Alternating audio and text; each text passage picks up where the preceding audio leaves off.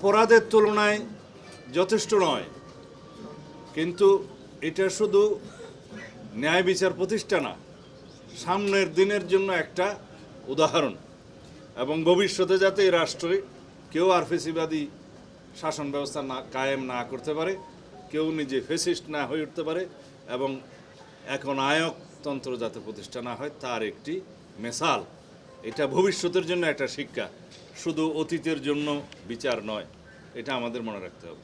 আদালতে আজকে একটা ন্যায় বিচার প্রতিষ্ঠা হয়েছে, তবে আসামি ফ্যাসিস্ট শেখ হাসিনা, আসাদুজ্জামান কামাল এবং সাবেক আইজিপি মামুন, তাদের অপরাধের তুলনায় এই সাজা যথেষ্ট কম, কিন্তু আইনের উপরে কোনো সাজা নাই। সেই জন্য মাননীয় বিচারকগণ সর্বোচ্চ সাজা হিসাবে একটি অপরাধে মৃত্যু কারাদণ্ড দিয়েছে শেখ হাসিনার, আর একটি অপরাধে মৃত্যুদণ্ড।